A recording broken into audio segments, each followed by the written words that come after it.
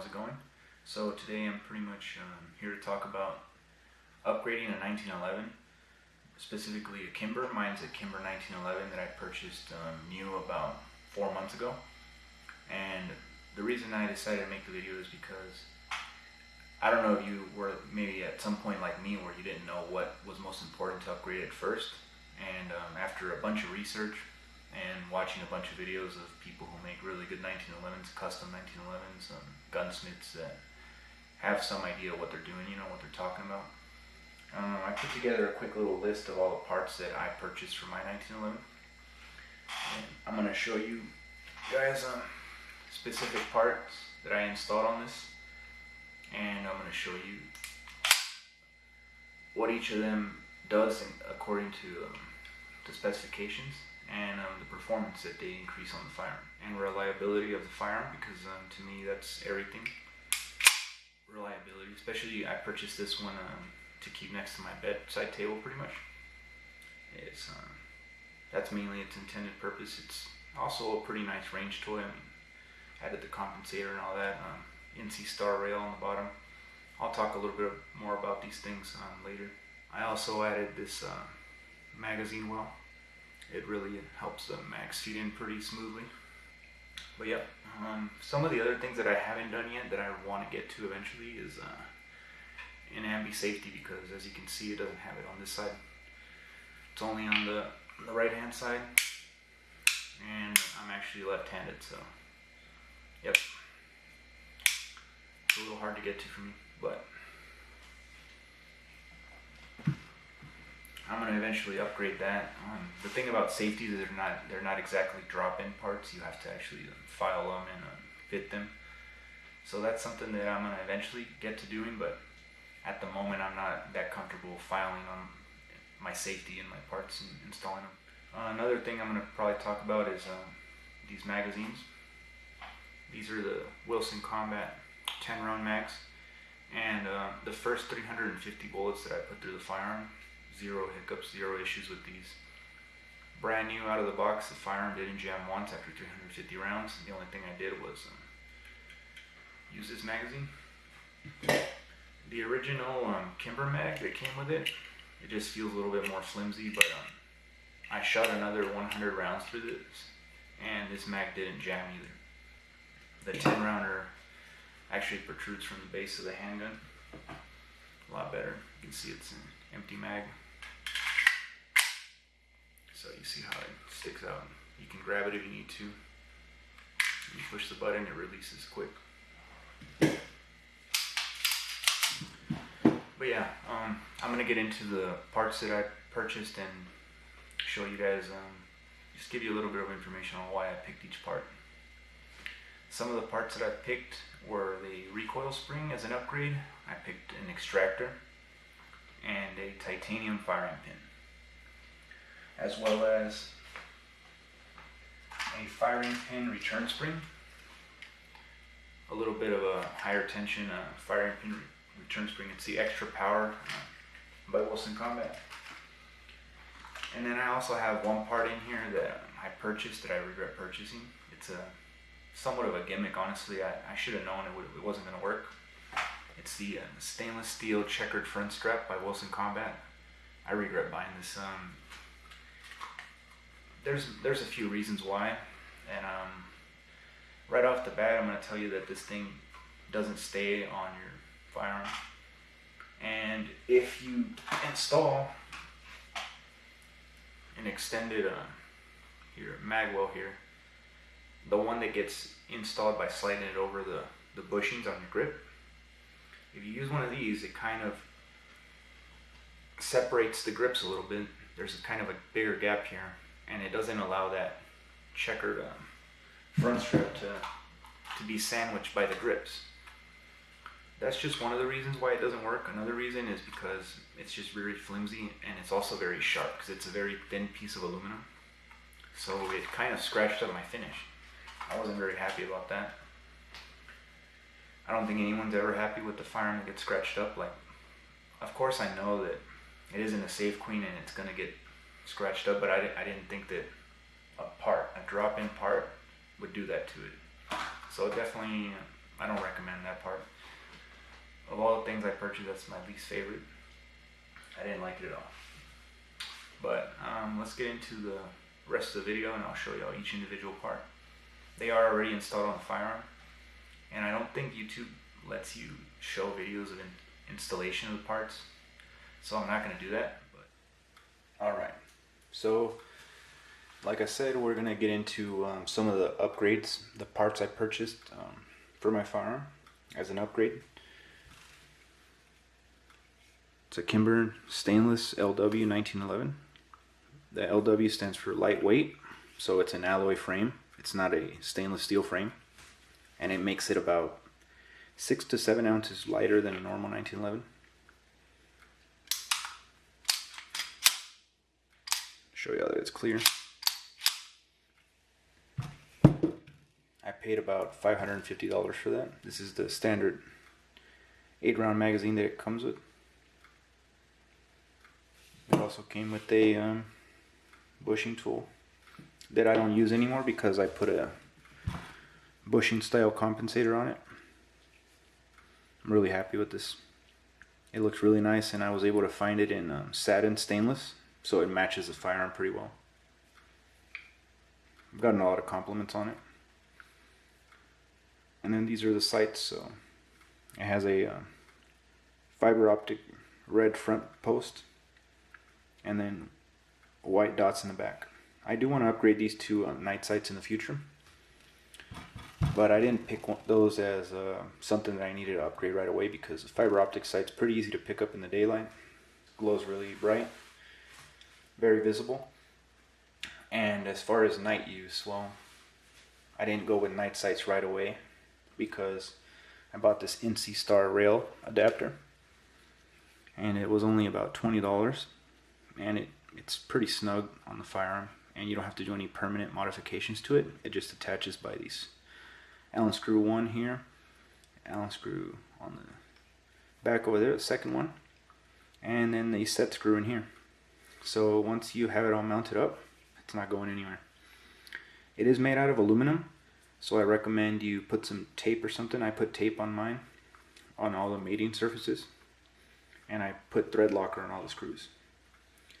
Other than that, it's a really good rail. But I don't consider this an actual upgrade to the Firearm's performance, so that's not really, shouldn't be part of the video, but oh well. The first upgrade I went with was the Wilson Combat recoil spring. This is made for the 5-inch full-size government model handguns, 16 pounds, and these right off the bat are considered an upgrade because they last about 3 to 4 times longer than the original ones that ship with the Kimbers. That's really a cheap upgrade you can do, made by Wilson Combat. Another upgrade that I thought was really important was the extractor. So I picked up the Wilson Combat stainless steel extractor, and this thing right here is part of their bulletproof series. So this is some of the parts that they put in their custom 1911s to make them way more reliable.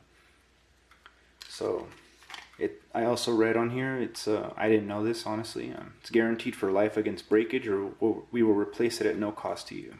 So that's a pretty cool feature. If your extractor ever breaks, you ship it to Wilson Combat and they'll send you a new one. Here's that one part that I told y'all I hated. I mean, I really regret spending $10 on this. The checkered front strap stainless. I don't know if there's any of you guys that have had any, better luck with this thing, but I had horrible luck. I couldn't figure this thing out. So my main concern with it, it's just super flimsy and it's very, very sharp. I'm going to try and focus in on the damage that it caused to my 1911. Those scratches right there, those were caused by me trying to install this thing. These as well down here. So maybe I was doing it wrong or what, but I highly doubt it. I followed the instructions. I even watched another YouTuber's video. Yeah, this thing's horrible. Scratches your firearm, and then like I said, if you add the magwell, that attaches to your grip bushings. It kind of spreads the grips a little bit, and this is pretty much kept in place by the grips. So if you don't have grips that sit very flush to your frame, then you can't sandwich this. And to me, it's more important to be able to insert a mag faster because of this extended mag well, this bevel mag well, than to have this front checkering on there. So yeah, that's just me. The next part is the firing pin. So Wilson Combat has two types of firing pins. They have the stainless steel and they have the titanium version. I decided to go with the titanium version. I am going to test this a little bit more. I've heard mixed reviews on them. From most of the people, I've heard that the titanium firing pins are the best of the best pretty much. They last a lot longer than the average firing pin that ships with the normal 1911. They rarely break. But I've also heard like onesies and twosies saying something that I hadn't really thought about until they mentioned it to me. So titanium is lighter than stainless steel. And what they're saying is that a lighter firing pin that's harder might strike, might have light primer strikes because there's less momentum, less weight moving forward. So I guess, I don't know, I haven't had any issues yet. But some people were saying that they wouldn't trust putting a titanium firing pin in their 1911, and I did. So hopefully I don't regret it. I will post an update once I shoot about 500 more rounds through it. If I have any light primer strikes or any issues that I can relate to the firing pin being the issue, or an issue that goes away when I put the original one back in there, then I'll make an update video for you guys. Another upgrade that I decided to go with was the firing pin return spring, extra power. So this thing's main purpose is to keep the firing pin retracted so it doesn't contact the primer in case you drop the firearm. So the extra power spring is just merely there for that. It just, if you were to drop your 1911, a weaker spring may compress and let pretty much the mass of the firing pin come down on the primer and potentially set off the round. This is to keep it retracted. And I don't see why I wouldn't throw it in here. Wilson Combat puts it in all of their 1911s. It costs $3,000 or $4,000. So from most people that have way more experience with 1911s than me, I've heard that upgrading your stock magazines is the best thing you can do on a 1911 to increase reliability. So I decided to go with the Wilson Combat 10 round mag. Most people just grab the 8 rounders with the base plate so that it sticks out past the extended mag well a little bit more. But I went with the 10 rounder because, as I mentioned earlier in the video, this is a home defense handgun. It's a bedside handgun, and I like the extra mag capacity.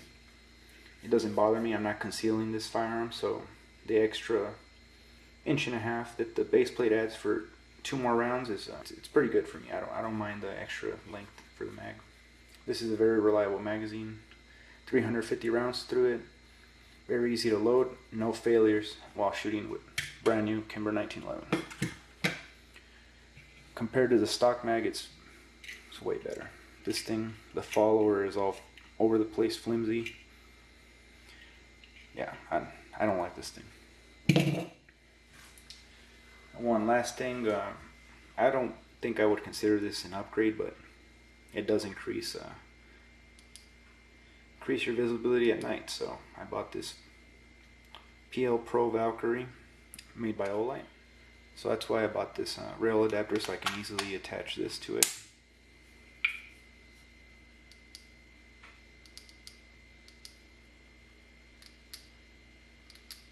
Very good light, rechargeable just by clipping the charger on here. It's magnetic.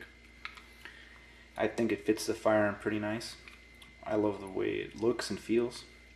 It adds back the extra weight that you lose from having the alloy frame. So it's a nice little trade-off. Not including this compensator that adds even more weight. And the ports, I feel like they do work. Some people say that they don't work as good as a barrel compensator. one that you would mount on a thread barrel, and I probably can agree with that. But it still does something, because it lets the gas escape the top of those ports, or because it adds weight to the muzzle. I definitely feel a reduction in recoil versus the stock.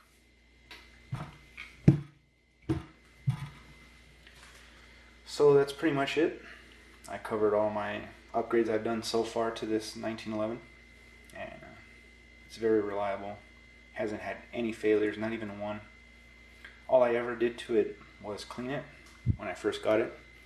I wiped off all the grease that it came with. It came with like a really thick oil. I cleaned all that off with some CLP, and then I greased the slide with this gun grease made by Lucas. The reason I went with the grease, so you can see how it's thicker. It's a better lubricant than oil in my opinion, and I only recommend this on this type of firearm, like this 1911 that has the alloy frame with the stainless steel slide. It's a harder metal than the alloy frame, so you want as much lubrication as you can on these rails that the frame has, because if not, that stainless will start eating into it. So you don't ever want to run this without lubricant. And oil, in my opinion, runs away way too quickly. It'll just, you can put a drop of oil here and make its way all the way to the end of the rail. This grease stays exactly where you need it. Here's another look at it, in case you're looking for some. I bought this on Amazon for like 10 bucks, and I don't think I'll ever go through an entire tube while I've owned this firearm. Like, you just need a very small amount put on the rails, and then it's good. Very easy to wipe off as well if you need to get it off. Well, thanks for watching, guys, and I'm actually going to take this thing to the range tomorrow, so if you guys want a range update video, I can record a couple of groups on paper or something for you guys to see the accuracy. Let me know. So that pretty much wraps up the video. Thanks for watching, everyone. Please like the video and subscribe.